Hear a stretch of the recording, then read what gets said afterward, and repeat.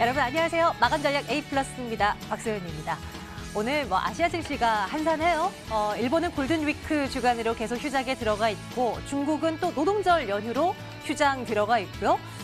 이런 가운데 우리 증시는 반등을 시도하고 있습니다. 지수의 상승폭이 코스피의 경우는 좀 미미하긴 하고 코스닥 쪽으로 조금 쏠려 있긴 한데 최근에 좀 부각이 됐었던 테마들은 다 올라가더라고요. 수소차 관련주들도 그렇고 5G 관련주도 진짜 강합니다. 남북 경협주들도 올라오는 모습이기도 하고요. 시스템 반도체 관련주들까지 최근에 부각됐던 그 핫 키워드 안에 있는 종목들은 다 올라가는 그런 모습인데 모르죠. 또 이번 주는 오늘 그리고 내일 남겨놓고 있습니다. 마무리 전략 함께 하시죠. 마감 전략 A+ 지금 출발하겠습니다.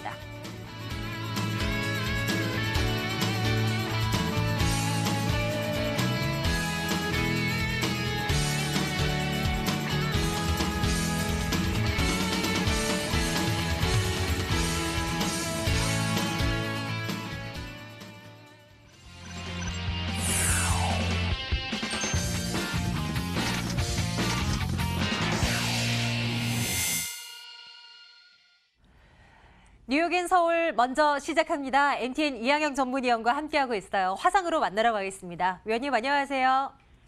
네, 안녕하세요. 이항영입니다. 예, 가겠습니다. 오늘 위클리 코믹스를 통해서 또 글로벌 금융시장 만화를 통해서 한번 들여다보는 시간인데요. 한번 확인해 보도록 하겠습니다. 어떤 한 컷이 올라와 있을까요? 오, 이제 우주로 옮겼는데요. 트럼프 대통령과 파월 연준 의장이 나오고 있습니다.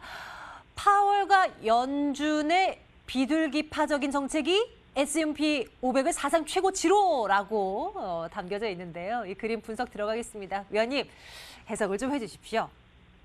네, 트럼프 대통령의 이 앞에서 진두지휘를 하고 있고요. 저 멀리 날아가고 있습니다. S&P 500은 2,940포인트를 넘으면서 사상 최고가를 기록하는 모습 계속 보이고 있고요.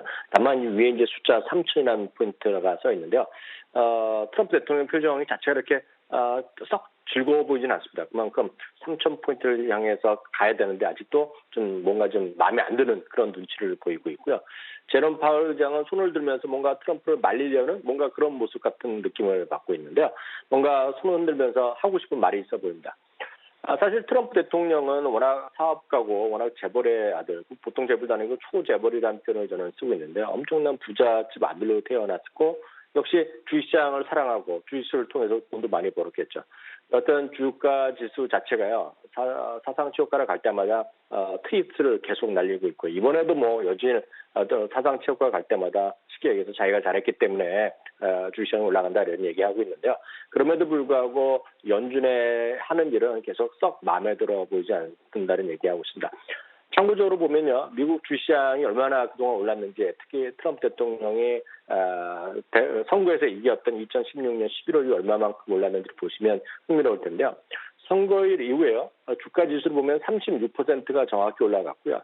전체 미국의 시장 가치는 무려 9조 1천억 달러, 그러니까 9조 달러니까 이게 우리나라 그 상가 금액으로 상관도 계산되는데 거의 1경원인가요? 우리가 상상할 수 없는 금액같이 올라갔는데요.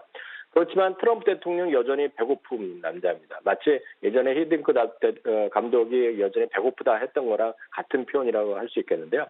지난 4월 15일 날 트윗에 이런 얘기를 했습니다. 연준이요, 역할만 제대로 했다면 지금 미국 증시는 지금보다 5,000포인트에서 10,000포인트가 더 올랐을 것인데 연준이 일을 제대로 못해서 GDP도 4%못 올라가고 3%밖에 못 올라갔다라고 비판했고요. 대차 대제도 축소하는 것도 오히려 치명적으로 잘못한 것이라고 얘기하고 있습니다. 다우지수가 현재 26,430포인트니까요. 트럼프 대통령 말대로 1만 포인트가 더 올랐으면 지금보다 20% 그리고 거의 40%로 올라야 만족한다는 것이 되겠고요. 엊그저께는 또 이런 트윗을 날렸습니다. 연준금리가 1%포인트를 내려야 하고요. 새로운 양적 완화를 시작해야 한다라고 얘기한 것이 바로 엊그저께였는데요. 전형적으로 사업가인 트럼프의 어떤 취향을 그대로 보였다고 보고 있습니다. 다만 연준의 대답은 썩 이번에도 트럼프 대통령의 마음에 들지 않았다라고 저는 이해하고 있는데 오늘 새벽에 끝났죠. FOMC 회의에서 제롬 파월 의장의 답변이 이랬습니다. 미국의 현재 낮은 인플레이션은 항구적인 것이 아니고 일시적인 것이라고 얘기했는데요. 약간 어려운 얘기지만 쉽게 이야기하면 이겁니다. 금리 인하 가능성에 대해서 쐐기를 막았다는 얘기하고 있는데요. 그렇기 때문에 어제까지 또 사상 최고가를 기록하던 주시장이 오늘 잠시 좀 멈춰가는 모습을 보였는데요. 실제로 그럼 도대체 시장 자체에 대한 것들에 대한 걱정하실 수 있겠는데요. 주시장은 도대체 앞으로 어떻게 갈까? 트럼프 대통령이 원하는 대로 계속 올라갈지는 어떨지 모르겠지만 늘 말씀드리지만 주시장에서 결국 주시장을 끌어올리는 것은 딱 하나입니다. 결국 실적인데요. 하나 오늘 보여드리면 11년 동안의 미국 주시장의 주가가 이제 파란색이 주가가 되겠고요. 까만색은 바로 주당 순이익입니다. 결국 미국 주시장도 결국은 주당 순이익이 계속 올라갔기 때문에 S&P 500도 계속 미국 주가 지수도 계속 올라갔다라고 해야 되겠고 여기에다가 결국은 주주 친화 정책까지 들어가고 결국 자사주가 됐건 그 배당을 들이면 주시장 결국 올라가는 것이 되겠고요. 반대로 이익이 내려가면 주가는 떨어질 수밖에 없습니다. 참고적으로 1분기 이익 증가율은 거의 최저가 되겠고요. 2분기부터 다시 내년까지 쭉 올라가는 그림을 엊그저께도 한번 보여드렸는데요. 똑같은 관점에서 보면 3,000포인트, 당장 오늘 내일 갈지 이번 달에 갈지 안 갈지 모르겠지만 결국 3,000포인트도 제가 봤을 때 S&P 500 기준으로 그렇게 멀지 않은 목표임에 분명하다는 생각을 갖고 있고요. 늘 이런 얘기 나오면 한국은 어떻겠냐라고 많은 분들은 물어보시는데요. 한국이 어떻겠냐를 궁금하게 여기시기 전에 기본적으로 글로벌 분산 투자를 단 1이라도 시작하는 것이 여전히 맞다. 너무 어렵게 생각하지 마시고 은행이나 증권사 PB분들 그리고 저희 아침 방송 이런 데 많이 보시면 결코 어렵지 않을 것 같다는 점 다시 한번 확인드리고 싶네요. 여전히 글로벌 분산 투자 강조해주고 계시고요. 진짜 S&P 500 3,000 이 숫자 보는 거 머지않은 것 같은데요. 또 관련 이야기 좀 들리면 또 이야기를 또 나눠보도록 하죠. 이학영 전문위원과 함께했고요. 위원님 오늘도 고맙습니다. 네, 감사합니다.